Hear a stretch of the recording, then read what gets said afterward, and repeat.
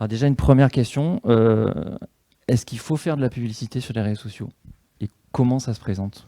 Je pense qu'on va dire plutôt oui, sinon ça va aller assez vite. C'est nécessaire et on va vous expliquer pourquoi en 66 minutes, peut-être un petit peu moins, suivant le temps qu'on a. Chrono. Je pense que mon acolyte est assez d'accord. Ouais, nickel.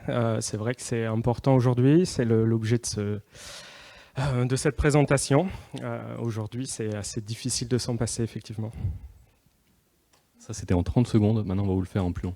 C'est ça. En plus long maintenant. Je commence? Qui attaque? On est parti? Alors, excusez-moi, je me remets là. Alors, avant de mettre un petit peu les mains dans le cambouis, de vous en dire un petit peu plus, de faire des campagnes et tout ça, je vais vous embêter avec 2 gros chiffres. Vous allez voir, ça va aller assez vite. Vous pourrez les noter et puis les oublier après. Mais c'est histoire de vous redonner un petit peu de contexte sur l'univers dans lequel on évolue, dans lequel les social ads évoluent, et surtout, pourquoi elles sont aussi importantes. Cet énorme chiffre en vert, vous le voyez bien, 47%, c'est le pourcentage des investissements en publicité digitale par rapport aux autres médias en 2018 dans l'industrie du voyage. Quand on parle publicité digitale, on va parler principalement de réseaux sociaux, on le verra après, mais ça peut être également d'autres types de publicité digitale. 47%, c'est un montant énorme par rapport à la télévision ou à d'autres. Comme ça. Par rapport à la télévision, par exemple, ou d'autres médias qui pourraient être concurrents du coup de la partie sociale. Et non seulement ce chiffre est assez immense, mais il est surtout en constante augmentation. C'est-à-dire que tous les marketeurs, nous, les agences, vous potentiellement, ont des budgets investis sur les réseaux sociaux, sur en tout cas la partie digitale, qui sont en constante augmentation. Et ça, on le voit dans la slide juste après. C'est une augmentation de 63% de la publicité sur les réseaux sociaux entre 2017 et 2018. On le voit sur le graphique, la partie hors réseaux sociaux est également en augmentation. On a une augmentation de plus 5%, qui est quand même à prendre en compte, qui est assez importante. Mais la partie réseaux sociaux vraiment décolle. C'est-à-dire qu'on a plus 63% en investissement publicitaire en France sur les réseaux sociaux entre 2017 et 2018. Et ça, on va vous expliquer pourquoi c'est pas prêt de s'arrêter et pourquoi les investissements sur les réseaux sociaux fonctionnent bien et comment ils fonctionnent. Thomas va pouvoir vous expliquer un petit peu de quoi on va parler aujourd'hui.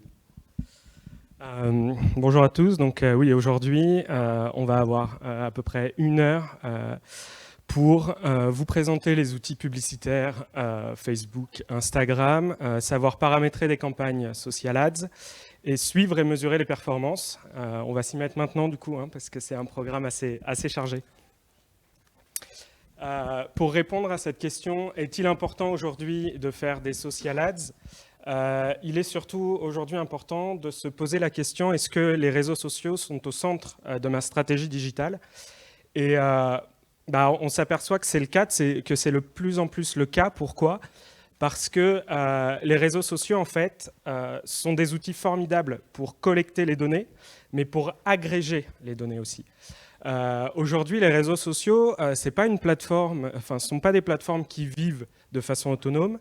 Ce ne sont pas des plateformes qui ne sont là que pour drainer du trafic sur un site internet. C'est des plateformes qui s'organisent tout au long du cycle du voyageur et qui sont en relation bilatérale avec vos sites marchands, vos sites non marchands, vos bases de données. On va le détailler plus en détail tout à l'heure, mais donc le pixel Facebook va nous permettre de créer ce lien entre les plateformes marchandes, non marchandes, et ensuite les imports de bases de données vont nous permettre d'utiliser aussi ça pour diffuser le bon message au bon moment, aux bonnes personnes.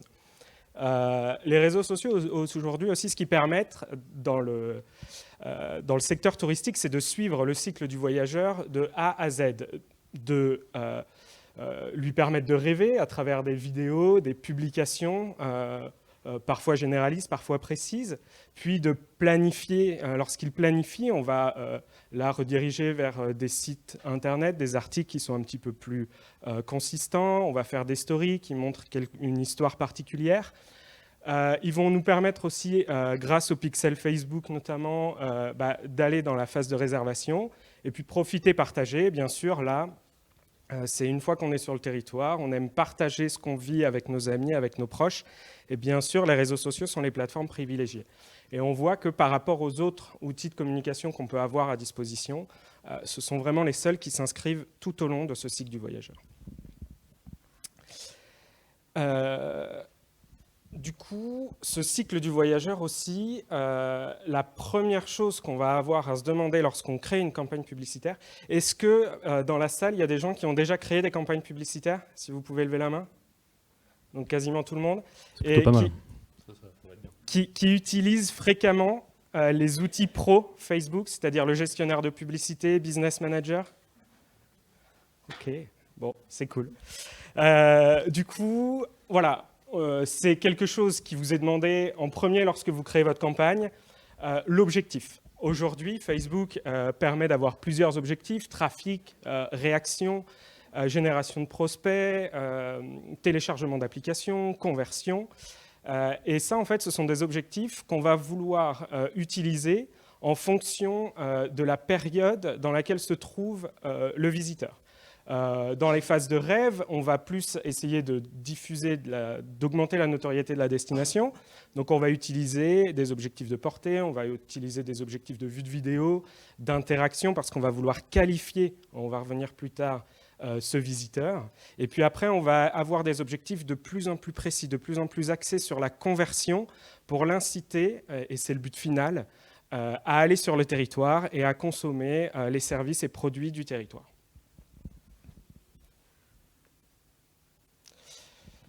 Du coup, par rapport à ce cheminement, on part bien effectivement de quelqu'un qui ne connaît pas le territoire à quelqu'un qui le connaît brièvement et puis qui va l'envisager dans le choix qu'il a à disposition. Et puis après, il va vraiment se rendre sur le territoire et profiter. Le but, ça va être de modeler tous nos ciblages en fonction de cet état-là. On va commencer par les ciblages les plus larges, qui sont basés sur l'affinité, qui sont basés sur des audiences lookalike. Ça vous parle du coup, ça, les audiences lookalike? On va y revenir un peu plus tard, mais on part d'une base et puis on va essayer de chercher un pourcentage qui ressemble le plus à cette base. Ensuite, on va faire du retargeting social, les personnes qui ont interagi avec nos vidéos, nos photos, nos posts, nos liens, etc. Puis du retargeting site, grâce aux pixels qu'on va installer. D'abord, des pages d'information assez générales qui vont s'inscrire dans cette phase justement où la personne a besoin d'en savoir plus sur le territoire, qu'est-ce qu'elle peut faire, qu'est-ce qu'elle peut voir, quelles sont les expériences qu'elle peut vivre. Et ensuite, on va avoir cette dernière étape qui est le retargeting de base de données ou le retargeting de personnes qui ont mis au panier, des personnes qui ont déjà manifesté une intention réelle de venir sur le territoire. Donc, on part de nos objectifs qui sont axés sur le cycle du voyageur. Et en fonction de ce cycle-là, on va essayer de qualifier notre audience pour que d'un prospect froid, on en fasse quelqu'un qui soit sur le territoire.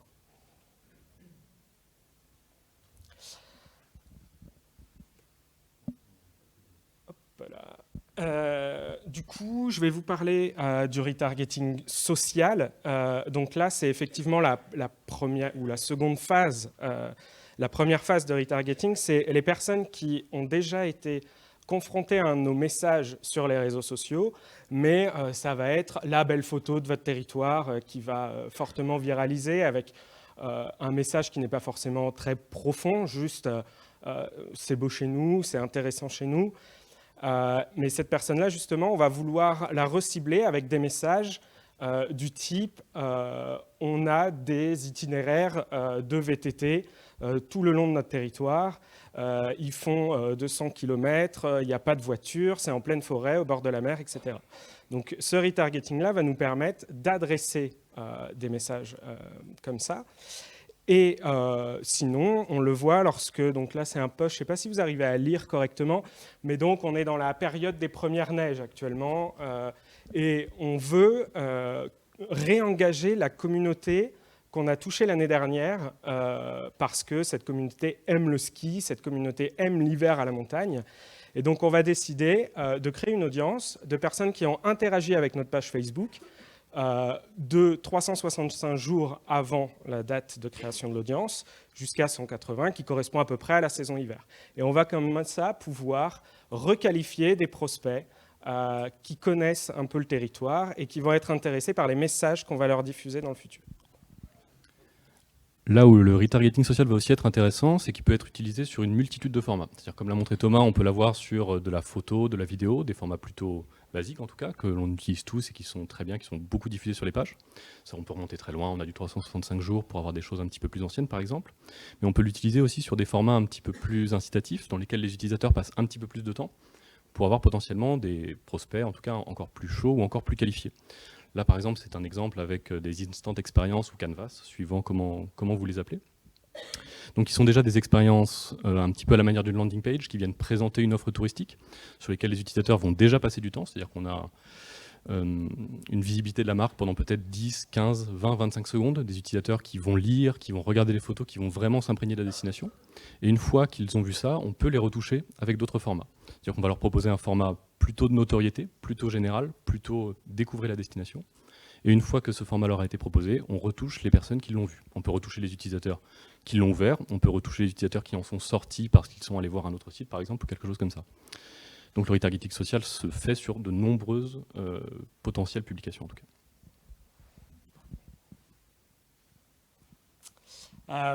Donc on en a déjà un peu parlé en introduction, on a évoqué le mot. Le pixel Facebook, c'est pareil, c'est quelque chose qui est acté pour vous? Non. Donc le pixel Facebook, en fait, c'est un morceau de code qu'on va installer sur les sites internet pour créer du lien justement entre les plateformes sociales et votre site internet. À la fois avoir des retours sur les campagnes que vous lancez. Est-ce que les personnes vont vraiment sur mon site? Est-ce que la page a été téléchargée? Ou est-ce qu'au contraire, ils ont quitté parce qu'il y a une certaine plateformisation de l'audience? Ils n'ont pas attendu le chargement, ils sont repartis. Est-ce qu'après, derrière, ils ont acheté? Voilà, ça va nous permettre donc d'avoir ce lien-là. Et aussi l'autre lien qui est d'utiliser la base de données issue des sites Internet en audience qu'on va pouvoir aller targeter sur les réseaux sociaux. On a donc fait un petit schéma rapide là-dessus. Donc cette notion bilatérale, on la voit bien ici. Hein. On a de Facebook des campagnes de trafic ou de conversion vers le site internet où est installé mon pixel. Et donc là, je vais pouvoir vraiment voir les résultats que j'obtiens sur mon site, sachant qu'on n'oublie pas que c'est un outil complémentaire à Google Analytics et qu'en fait, c'est pour voir voilà, pour pouvoir comparer un petit peu les résultats obtenus et avoir deux versions du comportement des utilisateurs. Et ensuite, on a ces audiences qualifiées des visiteurs qu'on va extraire de notre site internet grâce au pixel pour aller faire des audiences de retargeting dont on parlait tout à l'heure. Lorsque notre client ou le prochain visiteur qu'on a touché plusieurs fois en social, on va lui adresser la bonne offre, celle qu'il est allé voir sur notre site, pour l'inciter à prolonger cette phase de réservation.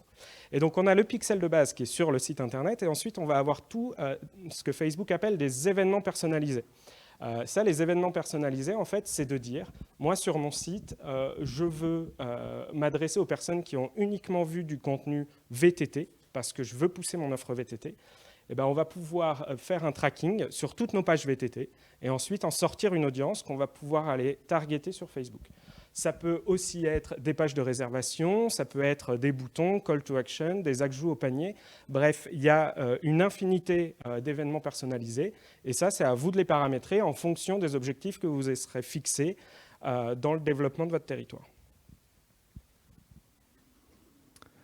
Alors, Thomas a beaucoup appuyé sur l'importance de la partie pixel, qui est très très importante à la fois pour aller créer des audiences ou pour du tracking, comme on reviendra tout à l'heure. Mais Facebook propose aussi d'autres typologies d'audience à utiliser pour des campagnes efficaces. On va parler un tout petit peu sur la partie retargeting, de la partie notamment base de données, qui peut potentiellement vous intéresser. C'est-à-dire si vous avez des newsletters, enfin des opt-in emails que vous pouvez utiliser, donc vous avez l'autorisation RGPD friendly en tout cas de les cibler, vous pouvez les intégrer à Facebook. C'est-à-dire que vous allez intégrer, pour mettre vraiment les mains dans le cambouis, un fichier Excel ou CSV dans votre Business Manager Facebook. Facebook va croiser les données que vous lui donnez avec les données que lui il a sur les adresses email, les numéros de téléphone, les noms et les prénoms, pour ressortir du coup cette audience-là. Et ensuite, vous pouvez retoucher avec vos publicités, avec certaines publicités spécifiques. Vous pouvez par exemple aller retargeter les non-ouvreurs de votre newsletter en email, les retargeter en leur envoyant l'information par exemple sur Facebook. En fait, vous pouvez faire une multitude de cheminements de pensée et retoucher du coup les personnes inscrites dans cette base de données. Facebook a apporté quelques petits ajouts, on va dire, à la partie base de données, en donnant la possibilité d'aller chercher des profils encore plus qualifiés et de ne pas simplement, entre grandes guillemets, intégrer une base de données et d'aller un petit peu toucher tout le monde. Ils ont intégré ce qu'ils appellent la LTV, qui correspond à Lifetime Value, qui va vous permettre de classer un petit peu vos prospects, ou en tout cas les utilisateurs qui sont dans vos bases de données, suivant l'importance qu'ils ont pour vous, ou la non-importance. Vous allez pouvoir leur donner une sorte de notation. En gros, est-ce que cette personne achète beaucoup chez moi ? Achète beaucoup en quantité, achète beaucoup sur des paniers moyens plutôt élevés, en fait, donner une sorte d'importance à certains utilisateurs. Et ça permet ensuite d'intégrer ce fichier dans Facebook et d'aller toucher uniquement les utilisateurs, par exemple, les plus intéressés par votre marque, ceux qui sont les plus acheteurs, par exemple, ou ce genre de choses. Et on parlera tout à l'heure des audiences lookalike, et c'est là que ce sera très intéressant. Juste pour un tout petit mot sur la partie RGPD, dont vous avez forcément entendu parler depuis l'année dernière. Donc Facebook s'est forcément mis en conformité avec le règlement général pour la protection des données, que ce soit dans l'import des bases de données, que ce soit dans le travail avec des partenaires pour cacher les utilisateurs présents dans ces bases de données. Bref, il y a énormément d'informations qui permettent d'éviter qu'il y ait des soucis, le moindre problème avec ces bases de données-là. Il se base sur 3 grands principes, qui sont ceux de du RGPD aussi en général. La transparence, c'est-à-dire on dit à l'utilisateur pourquoi il a vu cette publicité, et s'il a vu cette publicité parce que X l'a mis dans une base de données, eh ben, l'utilisateur le saura. L'utilisateur peut savoir pourquoi il est touché. Le contrôle, c'est dire bah non, je ne souhaite pas être touché par ces publicités-là, même si je donnais mon accord pour être potentiellement dans la base de données. Et une partie responsabilité pour les annonceurs, pour les agences, pour vous, ou pour en tout cas l'utilisation de ces bases de données-là à bon escient. Donc c'est un petit peu une charte qu'ils ont signée. C'est plutôt complexe, je vous inviterai si vous voulez à lire toute la partie RGPD parce qu'on pourrait y passer des heures ici. Mais en tout cas, c'est conforme, l'utilisation que vous pouvez en faire est conforme. Les lead ads, on en parlait aussi potentiellement, qui vous permettent de récupérer des opt-in, sont conformes au RGPD. Donc, ce sont des super outils que vous pourrez utiliser. On a parlé là beaucoup des audiences personnalisées, à la fois via le pixel, à la fois via le retargeting de site, toucher des gens qui sont arrivés à tel endroit sur mon funnel, ou avec les bases de données. Il faut savoir que si jamais ces profils-là, vous en avez, mais vous n'en avez pas assez, c'est-à-dire que vous avez une base de données, par exemple, de 500, 600 personnes, mais ça ne vous suffit pas, vous avez envie d'aller en chercher d'autres. Comment vous pouvez faire? Facebook a mis en place ce qu'ils appellent les audiences similaires, ou lookalike audience. Donc vous pouvez avoir une base, donc toute la base est à gauche, ça va être du trafic de votre site, ça va être une liste de clients, ça va être les gens qui sont abonnés ou qui s'engagent sur votre profil Instagram, par exemple, ou ce genre de choses. Vous pouvez intégrer cette base-là dans Facebook, et Facebook va regarder quels sont les intérêts communs de ces utilisateurs, quelles sont leurs tranches d'âge, etc., pour en sortir une audience similaire à votre audience de base. Vous avez ensuite des pourcentages qui vous permettent de définir si vous voulez une audience qui est plus faible en nombre, mais plus proche de votre audience cible, ou justement plus fort en nombre et moins proche de votre audience cible, ou j'ai peut-être dit le contraire. Je pense que vous avez compris. Non, j'étais bon. Donc c'est des outils hyper intéressants quand parfois vous êtes à court d'audience, c'est-à-dire que vous n'avez pas suffisamment d'utilisateurs ou vous ne savez pas qui allait toucher. Ça peut être un exemple très simple, vous lancez une nouvelle offre touristique mais vous ne savez pas exactement qui allait toucher.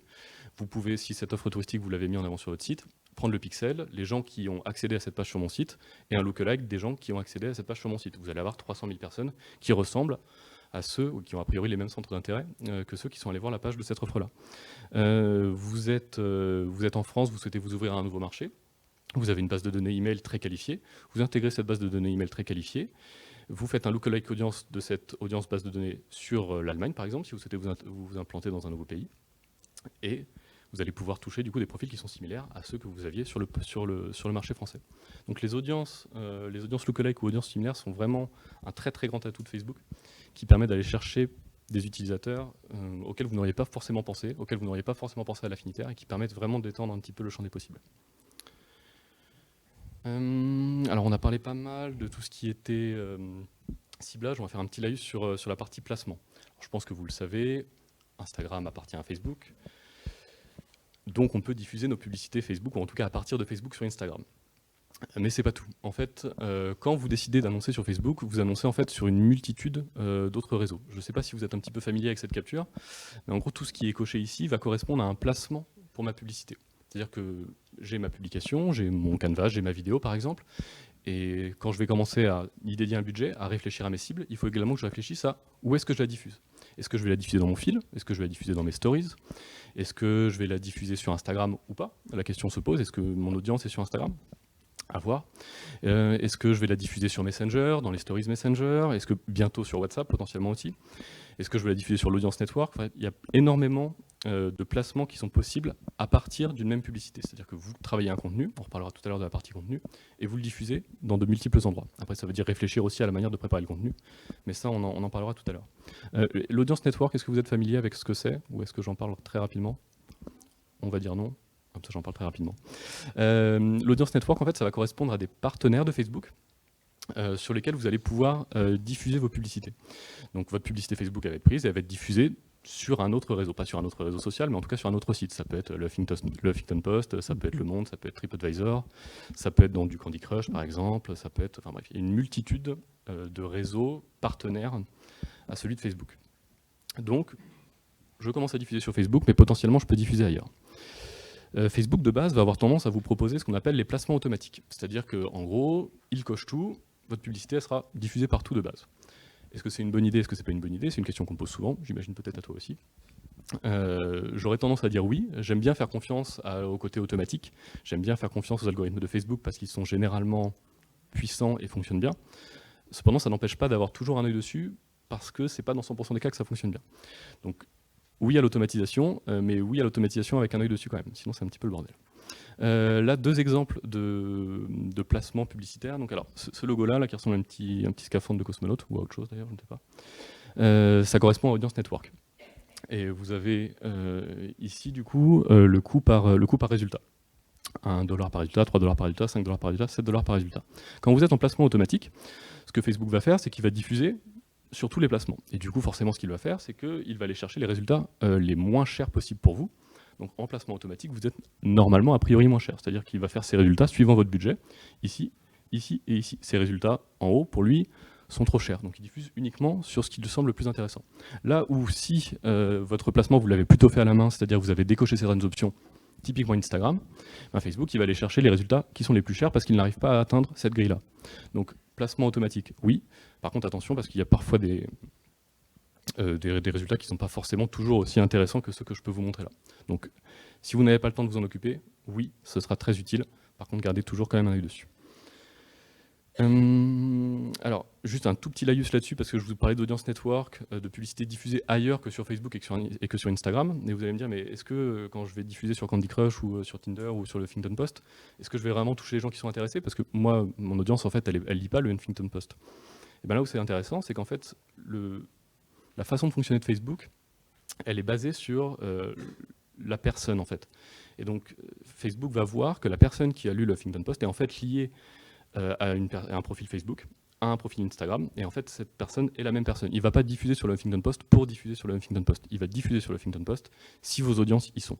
C'est pas du cookie-based targeting, c'est du people-based targeting. On va chercher vos utilisateurs là où ils sont, grâce notamment à la partie pixel, qui fonctionne un petit peu différemment d'un cookie. Je vais passer très rapidement sur celle-ci, mais c'était pour vous montrer un petit peu à quoi pouvait ressembler, de manière un petit peu plus visuelle que le truc avec toutes les cases à cocher tout à l'heure, les placements. Donc vous avez du Facebook à gauche, vous pouvez diffuser dans plein de placements différents, du feed, de la stories, des instant articles, plein de choses, de l'Instagram, de l'audience network et du Messenger, qui sont les 4 grandes plateformes, on va dire, de diffusion, en tout cas de placement. Je vous l'ai dit tout à l'heure, en fait, quand on diffuse des publicités à partir de Facebook, de base, on ne diffuse pas que pour Facebook. Si vous avez tout coché en automatique, vous allez diffuser ailleurs. Et vous allez diffuser pas ailleurs n'importe où, juste histoire de dépenser votre budget. Vous allez dépenser ailleurs, là où est votre utilisateur, et là où il est intéressé, suivant sa chaleur, en tout cas suivant sa place dans le funnel, dans l'entonnoir de conversion. Thomas en parlait beaucoup tout à l'heure, de cycle de voyageurs et de ce genre de choses, qui sont des principes de base en fait dans notre façon de fonctionner, dans la façon de travailler avec les Facebook Ads. Et ben, les placements, c'est à peu près pareil. Si votre utilisateur il est plutôt sur de la notoriété et sa façon de chercher des nouveaux voyages, c'est plutôt Instagram, ben c'est là-dessus que vous allez le trouver. En fait, d'avoir cette multitude de placements, c'est vraiment, vraiment très, très important. Je fais un micro laïus là-dessus parce que Thomas va en reparler juste après. Des placements partout, oui, mais si j'ai qu'un contenu et qu'une photo dans une photo carrée, par exemple, comment je peux faire? Alors, on ne vous le conseille pas trop, puisqu'on a plutôt tendance à dire le bon contenu pour le bon placement, mais on va en reparler juste après. Mais quand même, vous avez des possibilités de tester, c'est-à-dire d'avoir un formatage un petit peu automatique. Là, c'est l'exemple à la sortie des stories Instagram. Donc vous avez votre base de visuel qui est à gauche avec un visuel 4/5e, je pense. Et Facebook, automatiquement, l'utilise de la bonne façon en partie stories avec le texte mis en dessous. Et bon, là, on ne le voit pas trop vu la couleur de l'écran, mais avec des couleurs adaptées à votre visuel. Donc en fait, Facebook et les différents placements de Facebook s'adaptent suivant les placements que vous allez utiliser, même si vous n'avez pas les contenus adéquats.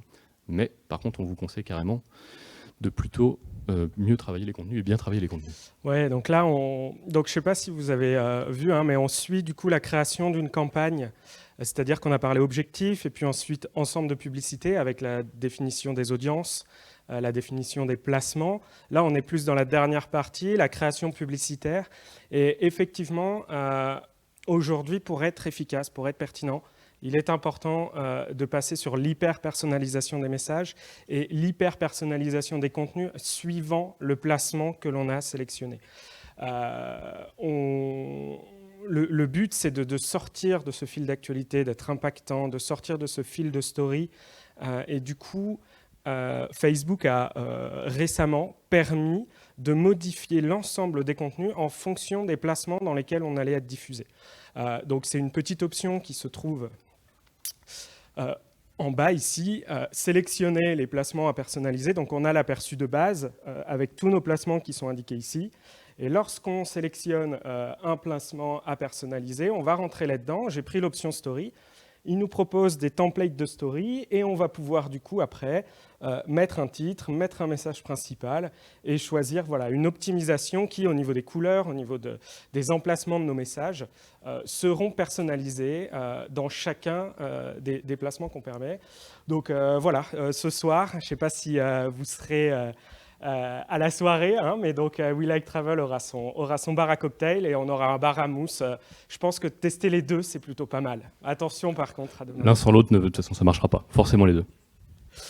Donc voilà, c'est vrai qu'on rentre dans l'hyper-personnalisation du message et du contenu par rapport aux personnes qu'on va toucher, c'est très important.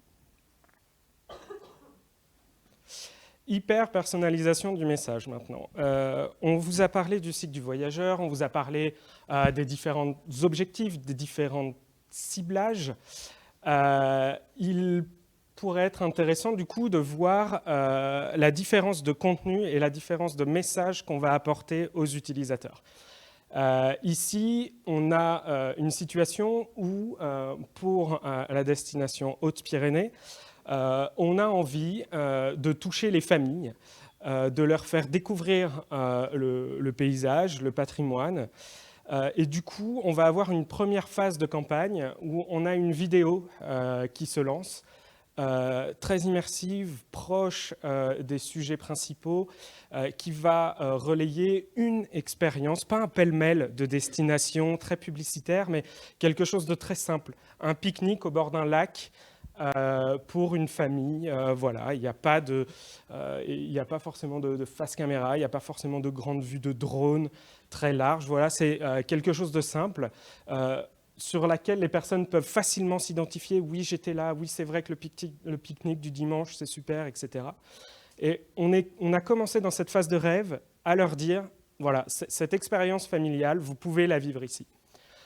Les objectifs, du coup, ça va être de la portée, ça va être des interactions, on veut que les gens commentent, on veut que les gens partagent, on veut que les gens voient notre vidéo. Et donc là, hein, quand on reprend notre catégorie de ciblage, on est plus sur de l'affinitaire et des sociodémographiques, parents d'enfants âgés de 35 à 45 ans qui aiment la montagne. Et on va faire, pourquoi pas, du look-like social. Tristan parlait tout à l'heure, du coup, hein, on a ces utilisateurs engagés Facebook. On va vouloir développer un petit peu cette audience-là et les toucher. Donc, diffuser le message dans la phase de rêve, qui est un message simple, qui est un message dans lequel tout le monde peut s'identifier. Et puis après, on va passer dans la planification. La planification, on va apporter du coup un peu plus d'informations donc aux personnes que l'on touche. On va avoir un objectif de trafic. Donc là, c'est une version Canva aussi qui vous est proposée. Donc c'est la même chose que ce que Tristan vous a montré tout à l'heure, hein, avec l'expérience un petit peu globale. Et quand on clique dessus, on va avoir un... Ouais. Ouais, bon. Donc on va rentrer hein, dans l'expérience client qui va montrer l'offre VTT en famille, qui va montrer le pique-nique, qui va montrer le belvédère, le ponton dans le ciel au pic du Midi. Voilà, on va commencer à rentrer dans le concret de OK, vous pouvez faire un pique-nique dans les Hautes-Pyrénées, mais en plus, vous avez toutes ces activités qui vont à côté et qui sont idéales pour un séjour en famille. Ensuite, on va passer dans une autre phase.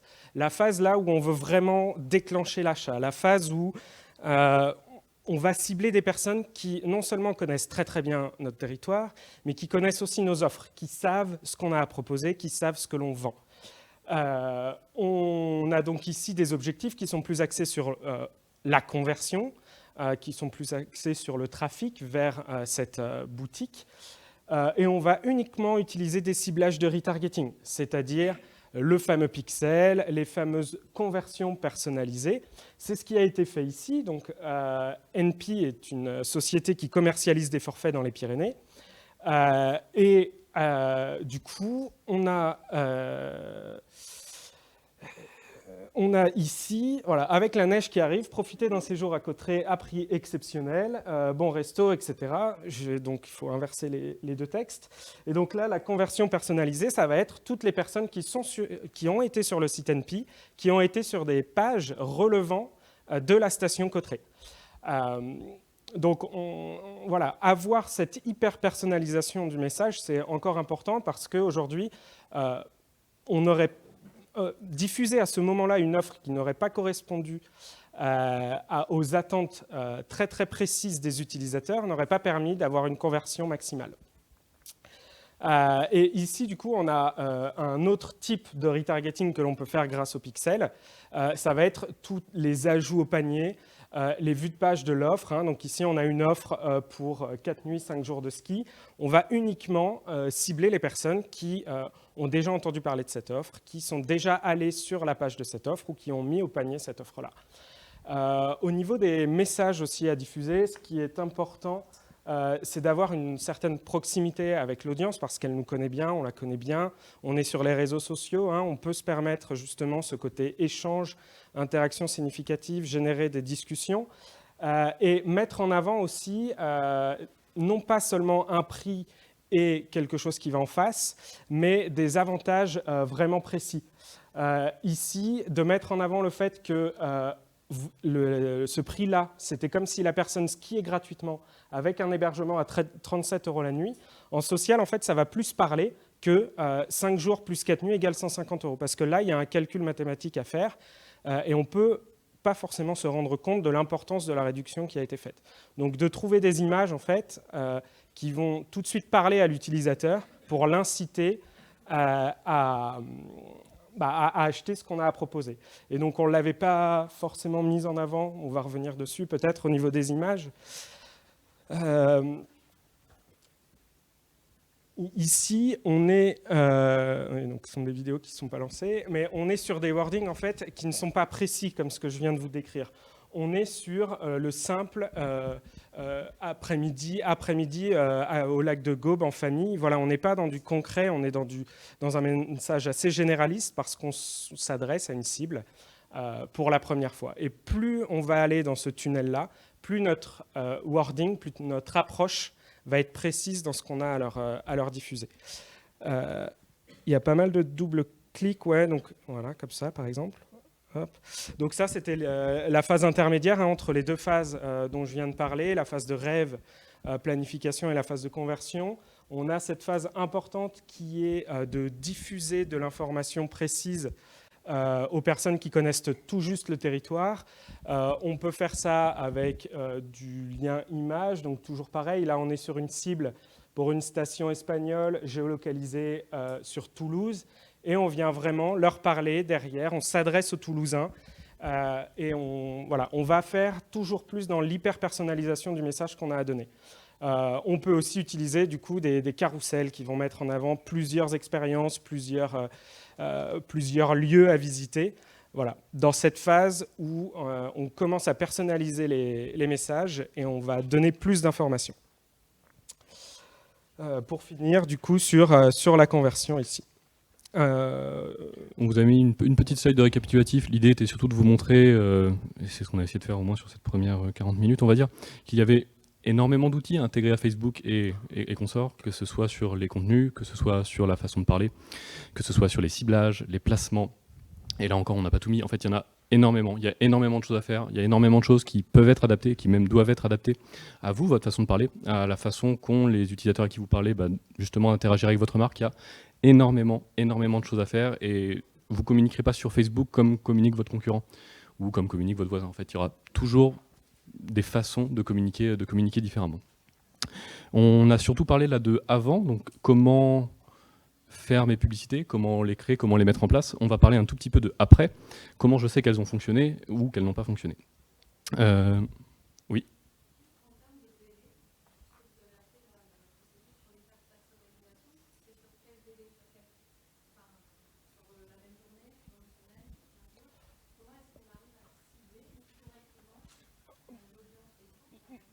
Oui, en fait, ça c'est ce que Tristan disait, c'est que chaque destination va avoir ses cibles qui vont être différentes. Effectivement, quand on est une destination dans les Pyrénées, qu'on veut toucher une cible parisienne, on va s'y prendre beaucoup plus en avance. Et ces phases de rêve, ces phases d'information, de réservation, elles vont s'étaler sur une période beaucoup plus longue que la phase de proximité quand on va s'adresser aux personnes qui habitent à Tarbes, à Lourdes ou même à Bordeaux. Donc en fait, cette réflexion-là, il faut que vous les ayez par rapport aux cibles que vous voulez toucher. Est-ce qu'elles peuvent déclencher un séjour rapidement? Est-ce qu'il y a des connexions par avion qui permettent de venir en quelques heures? Est-ce que c'est cher, du coup? Est-ce qu'il y a besoin de préparer ses vacances à l'avance? Est-ce qu'on vient en famille ou en couple? En famille, il faut se baser sur les périodes de vacances scolaires. Voilà, donc en fait, il y a une multitude de réponses à apporter à ces questions. Le mieux dans ces cas-là, enfin moi ce que je vais avoir tendance à conseiller, et toi aussi je pense, c'est de tester. C'est-à-dire de tester au départ avec des micro-budgets comment réagissent vos audiences, comment elles réagissent à plus 24 heures, plus 48 heures peut-être pour des messages déjà sur des personnes assez ciblées et peut-être un petit peu plus long sur des personnes qui vont connaître moins, mais de tester en fait. Et je vous parlais des placements automatiques tout à l'heure, on parle des contenus, en fait on teste énormément de choses, on met parfois des contenus, un contenu versus un autre, un visuel versus un autre, un placement versus un autre, et parfois tester deux timings différents, ça va vous apporter un petit peu de visibilité. Tout le monde ne fonctionne pas de la même manière, vos utilisateurs ne fonctionnent pas tous de la même manière, donc c'est comme ça qu'en fait vous créerez votre propre référentiel et vous serez efficace. Il n'y a pas de réponse, je pense, unique là-dessus. Du coup, pour revenir sur comment je traque mes résultats et comment je vois que ça va fonctionner ou que ça n'a pas fonctionné, puisque c'est également possible. Thomas parlait tout à l'heure de la partie pixel Facebook. Là, on en a un magnifique, il est vraiment superbe. Sur la partie en bleu, vous avez ce qui va être le reste de votre site. En gros, c'est la balise, pour ceux qui font un petit peu de code, c'est le header de votre site.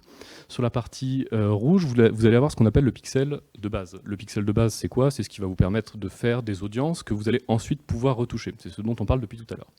Donc ça, on va dire que c'est la grande base. Et là, vous avez un petit troisième truc en vert qui va correspondre à la petite chose supplémentaire qui est un petit ajout au pixel et qui va permettre de traquer ce qu'il se passe après que quelqu'un ait vu ma publicité. Donc, vous faites vos publicités, vous pouvez retoucher les utilisateurs de votre site, mais vous allez ensuite, grâce à ce petit ajout-là, savoir comment les gens, merci beaucoup, ce que les gens ont fait sur votre site, suivant le typologie de petits trucs verts, on va dire, que vous installez. Vous allez pouvoir voir les gens qui tout ça. Les gens qui ajoutent leurs informations de paiement, les gens qui ajoutent le tel produit au panier, les gens qui arrivent uniquement sur la landing page, les gens qui s'inscrivent potentiellement si vous avez du formulaire, les gens qui font un don si vous êtes une organisation qui prend les dons, ce genre de choses, les gens qui achètent avec le panier d'achat moyen. C'est-à-dire que j'ai fait une publicité Facebook, quelqu'un a cliqué dessus, ou l'a vu, quelqu'un est allé sur le site, il a ajouté ses informations de paiement, il a ajouté au panier, il a fini par acheter, eh bien je sais quel est mon ROI en fait sur Facebook. Je sais qu'une personne qui a vu mes campagnes ou qui a cliqué sur mes campagnes a fait un achat pour X euros. Et si moi ce que j'ai investi c'est supérieur à ce que je gagne, ça commence à être un petit peu problématique. Donc en fait vous pouvez faire plein de calculs comme ça, et Facebook propose énormément d'outils à l'intérieur même du pixel, c'est en gros des sous-pixels, qui vous permettent d'aller chercher des résultats spécifiques. Et non seulement vous allez pouvoir aller chercher des résultats spécifiques, mais vous allez aussi surtout pouvoir aller chercher de l'optimisation. C'est-à-dire que de base, vos publicités Facebook, vous allez les optimiser pour du clic par exemple, ce qui est très bien. Votre publicité elle va être vue et Facebook va optimiser sur les gens qui cliquent. Mais vous, ce que vous voulez, c'est pas vraiment ça au final. Peut-être que ce que vous voulez, c'est ok des gens qui cliquent, mais vous préférez peut-être avoir moins de gens qui cliquent, mais plus de gens qui achètent. Et ça, c'est ce que vous allez pouvoir faire avec ces sous-pixels ou ces pixels d'événements, ces événements de pixels Facebook. Donc vous allez pouvoir toucher les utilisateurs et optimiser pour ceux qui achètent, voire même pour ceux qui achètent avec le plus haut panier. Ça, on pourra en parler potentiellement un petit peu après. Qu'est-ce que je peux suivre avec mon pixel? Je vous ai mis juste quelques exemples ici. Là, un exemple avec Savoie Mont Blanc où on mettait en avant un guide. à télécharger donc, sur des utilisateurs qui avaient déjà été exposés à une autre partie de la campagne, qui avaient déjà vu de la vidéo, qui avaient vu potentiellement des carousels, qui avaient eu plein d'autres choses intéressantes. En gros, vous avez déjà été exposé à la campagne, vous avez vu plus de X posts, et on vous invite à venir télécharger ce PDF qui vient présenter l'offre LAC, en l'occurrence. Là, on avait très rapidement EasyJet, qui par exemple fait ce type de publicité sur Instagram. Il ne faut pas se dire que sur Instagram, c'est que de la notoriété, que de l'image. Instagram permet, et est important dans le processus de l'utilisateur, permet de pousser à de la réservation. Donc la réserver directement entre grandes guillemets, puisqu'on ne peut pas encore acheter directement de produits en France depuis Instagram. Ça finira sûrement par arriver, puisque aux États-Unis ça commence à arriver. Mais donc là, on a une publicité, un bouton réservé qui renvoie vers le site pour un achat à une trentaine d'euros, je crois, 26 €. Un autre exemple, donc là, en fait, vous n'avez pas tous les mêmes problématiques. Certains vont avoir directement de l'achat sur site, d'autres vont juste vouloir faire de la vue de landing page, d'autres du contact, par exemple. Là, on est sur un client avec qui on souhaitait travailler de la demande de devis. C'est-à-dire qu'ils ont sur leur site un formulaire de demande de devis, et nous, on a installé un pixel devis qui s'active une fois que la personne a rempli le formulaire pour ensuite être rappelée par un conseiller. Et le spoil. Yes. Et sûrement le plus important, déclencher l'acte d'achat. Donc aller toucher des utilisateurs qui ne sont plus là que pour de la notoriété, qui sont là pour acheter, qui sont là pour réserver leur séjour. Et donc là, on optimise les campagnes, je vous le disais tout à l'heure, sur non pas les profils qui ont cliqué, non pas les profils qui ont vu le site, non pas les profils qui ont acheté, mais les profils qui ont acheté avec le panier moyen le plus haut. Donc on optimise par rapport à notre budget, suivant les utilisateurs qui nous intéressent le plus. Plein de choses à faire avec le pixel, c'est passionnant. C'est une bonne question ça. Facebook attribution, est-ce que c'est quelque chose que vous utilisez? Est-ce que vous avez déjà entendu le nom? Ni l'un ni l'autre. On va dire que vous ne l'utilisez pas? Pas encore? Peut-être qu'après ça, vous aurez un petit peu envie de l'utiliser. Facebook Attribution, c'est un petit peu la réponse entre grandes guillemets, de Facebook aux discussions où on se dit, oui, mais le trafic que j'ai renvoyé sur Facebook, je ne le vois pas dans mon Google Analytics. Qu'est-ce qui se passe? Et en fait, Facebook a développé une sorte de, enfin pas une sorte, même une plateforme dans laquelle ils viennent, merci beaucoup Thomas, ils viennent agréger différents outils du Facebook, du Google Analytics, du Pinterest potentiellement, du LinkedIn, plein de plateformes que vous utilisez ou non et que vous pouvez brancher sur Facebook Attribution. Vous branchez toutes ces plateformes et Facebook va vous permettre, on parlait beaucoup de tunnels de conversion ou de funnels depuis tout à l'heure, vous permettre de voir comment ont réagi les utilisateurs sur leur chemin. Est-ce qu'ils ont vu une publicité Facebook et ensuite sont revenus en Google organique et finalement ont fini par convertir sur Instagram ou ce genre de choses. En fait, tout le funnel de conversion va être décrit là-dedans. Vous allez avoir vos ROI par typologie de réseau. Vous allez avoir différents types d'attributions. Donc là, c'est peut-être un petit peu plus complexe, mais en gros, savoir si on est sur du linéaire, si on est sur de la dépréciation à 7 jours. Enfin, c'est des termes un petit peu plus complexes, mais qui vous permettent de faire différents types d'attributions différents. Cet outil est extrêmement intéressant. Je ne pourrais que vous conseiller d'essayer de l'utiliser, si vous pouvez. Et en fait, il vient agréger une multitude de plateformes. Donc, j'en ai mis quelques-unes ici. Vous avez de la programmatique, vous avez forcément les Facebook Ads, vous avez des Twitter Ads, bref, tout ce que je vous disais tout à l'heure. En fait, ça vient agréger tout ça dans le même outil pour aller vous donner la connaissance la plus fiable possible, en tout cas, du chemin qu'a fait votre utilisateur. Je vais passer rapidement parce qu'on est déjà un peu à la bourre. En gros, vous avez un utilisateur qui va pouvoir, enfin, des utilisateurs qui vont avoir des chemins totalement différents. Moi, je sais que c'est pas quand je vois une première fois une publicité sur Instagram ou la première fois que je vois une publicité sur Facebook que je vais directement acheter. Peut-être que je vais retourner voir un petit peu le site après, être retargeté par un pixel, convertir en stories ou ce genre de choses. Donc là, grâce à ça, on va avoir l'intégralité du parcours utilisateur héroïsé, donc pour savoir si nos campagnes rapportent suffisamment ou si on ferait mieux d'investir sur d'autres leviers. Et c'est vraiment un outil que je vous conseille d'utiliser. Ça vous permettra de voir si Facebook est intéressant pour vous, est rentable pour vous, et s'il ne l'est pas, quelles sont aussi les sources d'optimisation que vous pouvez aller chercher pour être plus efficace. Et est-ce que les gens qui achètent chez vous ou qui réservent chez vous viennent de Facebook? On va passer rapidement là-dessus, mais vous pouvez brancher énormément de choses. Vous pouvez faire notamment faire de la comparaison avec du brand lift entre ces utilisateurs qui ont vu une publicité TV, d'autres qui ne l'ont pas vue, et lesquels dans le chemin d'attribution, lesquels ont finalement converti. Enfin bref, ça vous permet de voir énormément de chemins de conversion. Et on va vite finir. Désolé. Vous la posez cette question ou on n'y répond pas? C'est une bonne question. Hein. Non, ça revient un petit peu à répondre à la question de la longueur du cycle du voyageur. Le budget, aujourd'hui, on peut lancer une campagne à partir de 5 €. Je ne vais pas vous dire que c'est forcément pertinent de le faire. Dans certains cas, oui. Mais le budget, ça va surtout être défini par rapport au budget global que vous avez pour votre communication. Ça va être déterminé selon les cibles que vous voulez toucher, quelle priorité vous allez donner à telle ou telle cible, à tel ou tel contenu, à tel ou tel sujet. Donc c'est une question que vous posez beaucoup et elle est très pertinente, mais il n'y a pas de budget idoine. Le budget idoine, ça sera le vôtre et ça sera celui qui va répondre au mieux à vos objectifs et à vos objectifs de ciblage. Si vous pensez en budget en premier, vous risquez aussi potentiellement de vous planter. Si vous dites j'ai X budget, mais j'ai pas réfléchi à mes cibles et au final j'ai peut-être que 500 ou 1000 personnes qui sont vraiment intéressées par mon offre, et vous risquez de les surtoucher, de ne pas être performant, d'avoir investi trop par rapport à ce que vous vouliez faire. Réfléchissez d'abord stratégie, réfléchissez d'abord quelles sont mes cibles, comment je veux les toucher, comment je les touche jusqu'à maintenant. Et avec ça, vous pourrez travailler le budget. Mais il n'y a pas de vraiment bon ou mauvais budget. Il y a les façons d'y réfléchir. Voilà la réponse en quelques lignes. Du coup, on va passer rapidement dessus. Et donc, c'est encore le résumé de ce qu'on a vu aujourd'hui. Un bon mémo. Travailler le CM, le contenu, c'est quand même votre job de tous les jours et il est très important parce que c'est lui qui va vous faire une certaine légitimité, une relation avec vos cibles. Et puis après, pour les campagnes, vraiment définir les objectifs, les cibles, choisir les formats et après, déterminer le budget, analyser les performances. Et j'y tiens à la première, travailler le CM et vos contenus qui peut paraître facile et logique, mais en fait les social ads ne sont pas une béquille à un community management ou à des contenus qui ne seraient pas adaptés. Vous allez certes diffuser, vous allez certes toucher, mais vos résultats ne seront pas excellents. Vous devez vraiment travailler cette base-là, travailler le community management et vos contenus, et de bonnes campagnes pourront en découler. Si vous n'avez pas cette base-là, ça va être très compliqué. Est-ce qu'on a le temps ? Oui. Oui, on va voir ça rapidement du coup.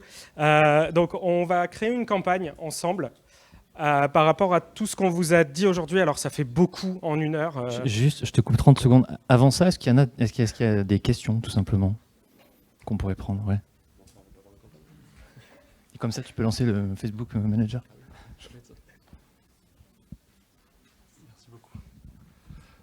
Bonjour, merci. Premièrement, une petite intervention juste par rapport à l'insertion du pixel Facebook. Petite astuce que je peux donner. Souvent, c'est intéressant de l'intégrer à la fin du body, ça marche très bien. Et surtout, ça évite de surcharger de script le site et de perdre en efficacité, en tout cas en temps de chargement.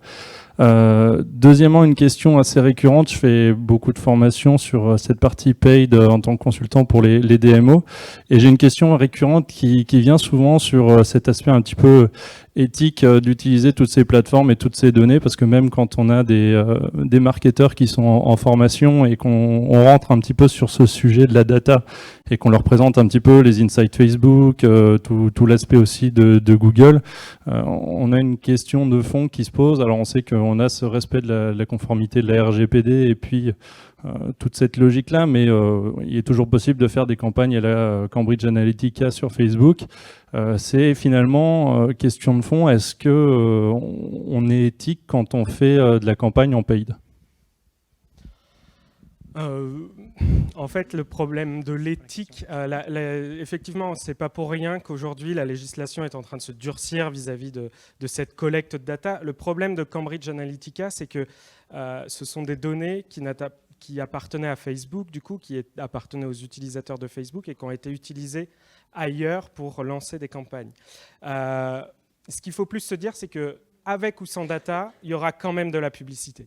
La data va nous permettre d'adresser une publicité qui va répondre aux attentes et aux envies des gens qui la voient.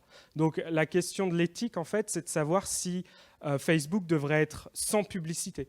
De savoir si la publicité ne devrait même pas exister puisque c'est un outil qui favorise la consommation de masse. La data, elle va permettre l'hyper-personnalisation des messages, l'hyper-personnalisation des offres par rapport à ce qu'attendent les personnes.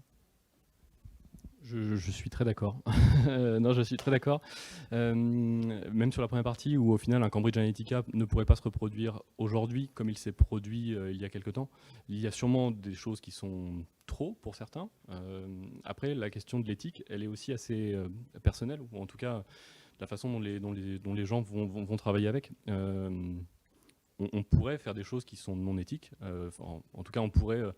non éthique. On pourrait retoucher 50 fois la même personne après avoir vu une paire de chaussures par des publicités Facebook. Mais ça n'apporte rien à mon business, ça n'apporte rien à mon client. Donc pensons plutôt comment moi je souhaiterais recevoir les publicités et comment je peux les diffuser au mieux en fait, à mes utilisateurs. Ne pas aller dans le trop, ni d'un côté ni dans l'autre, me semble être plutôt la bonne solution. Il nous reste 10 minutes top chrono pour faire la démo. On est bien, je pense. Si Internet ne nous lâche pas, on n'est pas trop mal. Alors comme vous le savez peut-être, et je vais même peut-être dire sûrement, ce soir il y a une soirée. À cette soirée, il devrait y avoir quelques bars qui proposeraient des alcools et autres en tout genre. Et on s'est dit, peut-être qu'il y a des gens qui ne savent pas encore qu'il y a un bar ce soir aux ET. Et si on diffusait des publicités pour les en informer? T'y crois vraiment à ça? Non, pas trop, mais bon, c'était le seul idée qu'on avait, écoute. Et on s'est dit, vous seriez sûrement concernés. Comment, alors là, je suis désolé, on va vous faire un tout petit peu travailler. Comment est-ce que vous, de votre côté, vous auriez envie, qui auriez-vous envie de toucher? Qui pensez-vous qu'on pourrait toucher si on veut faire des publicités pour donner envie de venir au bar ce soir? Juste, je vais vous montrer un petit peu. Ça, c'est l'interface du compte publicitaire Facebook. Vous la connaissez tous? J'ai pas besoin de... Ouais, je passe pas trop de temps dessus. Ok, bon. En gros, c'est divisé en 3 grands onglets. Campagne, ensemble de publicité. Publicité, c'est l'architecture qu'il faut retenir. Une fois que vous aurez compris ça, vous aurez compris comment ça fonctionne en gros. Dans chaque campagne, il peut y avoir plusieurs ensembles de publicités. Dans chaque ensemble de publicités, il peut y avoir plusieurs publicités. C'est un peu comme des poupées russes en gros. Vous avez une campagne, plusieurs ensembles dedans, plusieurs publicités dedans. Et à chacun de ces onglets va correspondre des choses qu'il faut remplir. La partie campagne, on en parlait tout au début tout à l'heure. Quel est mon objectif? Quel est mon budget? La partie ensemble de publicités, quelles sont mes cibles? Quels sont mes placements? Et mes publicités, quel est mon contenu? Quels sont mes visuels et ma façon de parler? Qu'est-ce qu'on met dans cette campagne du coup? Donc là, on a une campagne ET15, trafic, puisqu'on veut renvoyer vers l'agenda qui donnera un petit peu toutes les informations. Je vous spoil un peu le début. On a mis 5 € parce que on peut faire des campagnes avec 5 €. Et qu'est-ce qu'on met dans les ensembles de publicité? Qui est-ce qu'on peut aller cibler? Qui est-ce que vous cibleriez pour être suffisamment efficace et donner envie aux gens de venir? Je pense que du Parisien qui est sur Paris en ce moment, ça peut être un bon indice que c'est pas une super idée. Je dis ça parce qu'on n'a plus que 8 minutes. Ouais. Du coup, par rapport à tout ce qu'on vous a dit aujourd'hui, quels seraient les premiers ciblages que vous feriez? Ouais. Donc du coup, les personnes qui sont allées sur le site, comment on s'y prend?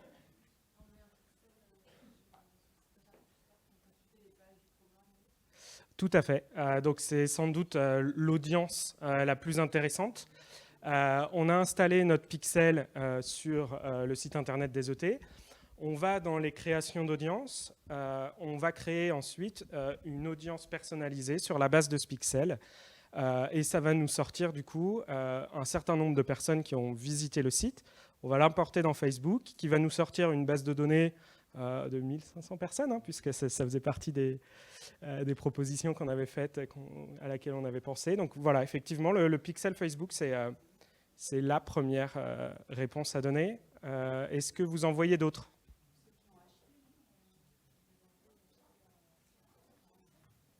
Oui, tout à fait. C'est vrai que donc là, c'est c'est du coup le deuxième axe, hein, c'est l'aspect base de données. Effectivement, quand vous vous êtes inscrit sur les OT, vous avez renseigné votre nom, votre prénom, votre adresse email. Et du coup, ça, parce que ça a été RGPD, j'en ai aucun doute, on peut l'extraire et la remettre dans Facebook. Donc, en plus des visiteurs du site, effectivement, on peut aller faire de l'A/B testing avec cette base de données des inscrits aux ET qui sont là aujourd'hui. Et du coup... Ouais. Et une autre, c'est peut-être la géolocalisation des personnes. Du coup, nos téléphones sont peut-être tous sur Facebook et tous géolocalisés dans un secteur proche du Palais Beaumont. C'est effectivement le troisième ensemble auquel nous avons pensé. Tout à fait. Une géolocalisation proche. On a fait 1 kilomètre, il me semble. On va pouvoir regarder si vous voulez. On a fait 1 kilomètre du coup autour du Palais Beaumont, auquel on peut ajouter, on va vous le montrer aussi, certains centres d'intérêt. C'est-à-dire que tout ce qu'on vous a expliqué depuis le début, c'est cumulatif. C'est-à-dire que je peux toucher les gens qui sont dans ma base de données, mais je peux toucher les gens qui sont dans ma base de données, mais qui sont présents à un seul endroit. Donc, ce qui me permet d'être encore plus précis. Donc là, on a nos 3 ensembles de publicités. Vous avez vu, on est descendu de la campagne à l'ensemble de publicités. On a notre retargeting de site à 30 jours. Pas la peine d'aller jusqu'à 365. Ceux qui ont vu le programme l'année dernière et qui, finalement, ont décidé de ne pas venir, je pense qu'ils ne vont pas trop nous intéresser. La base de données ET Visiteurs, donc les gens qui sont inscrits comme participants et qui vont être là. Et on a la dernière qui va être sur place. Donc là où c'est très intéressant et qu'on n'en a pas trop parlé, c'est qu'on peut faire des distinctions entre les personnes qui vont être là de passage, donc qui habituellement n'habitent pas ici et qui là vont être là, et entre ces personnes-là par exemple et les résidents. Et ça marche pas trop mal, ça buggerait presque pas. Il faut savoir que cet outil bug énormément, beaucoup trop, j'aurais tendance à vous dire. Mais on finit par s'y faire. Il reste 3 minutes. Je crois qu'on va réussir à montrer ce qu'on veut. Et du coup, en plus d'avoir cette partie géolocalisée, on peut y ajouter des centres d'intérêt que vous ne verrez pas puisque ça ne charge pas. Mais du coup, on avait ajouté des centres d'intérêt en rapport avec la bière et le spritz pour être certain de toucher des gens. Est-ce qu'il y a une dernière finalement, question? J'aime bien la tienne. prendre une dernière question. Je pense que vous pouvez montrer les publicités parce qu'on aimerait bien quand même savoir ce qu'on boit ce soir, non? Si vous voulez, je crois qu'on n'a pas accès. En fait, on a des problèmes d'autorisation, donc à mon avis, on ne va pas y avoir accès. Mais on peut vous dire ce qu'on boit, je pense. Vous avez une idée? Non? Alors, il y a plusieurs bars. Moi, je vais pouvoir parler pour le mien et tu pourras parler pour le tien. Si vous aimez tout ce qui est Prosecco, Spritz, Orange tranché, ce genre de choses, vous serez les bienvenus sur le stand et en tout cas le bar We Like Travel. Sachant que je pense que vous n'êtes pas obligé de faire qu'un bar, à mon avis, vous pouvez en faire plusieurs et je vous en conseille un second. C'est fair play, c'est bien. Du coup, nous, ça va être bière pression. Donc, la hauteur de mousse, on s'en charge, vous nous dites, et ça sera hyper personnalisé, hein, comme les messages de vos publicités. Et pour ceux qui n'aiment pas la bière, on peut servir des petits jaunes avec un zeste de citron aussi, un peu de limonade. Voilà, donc on vous attend à la Peña My Destination et au bar de We Like Travel. Du coup. Merci à vous, merci à tous.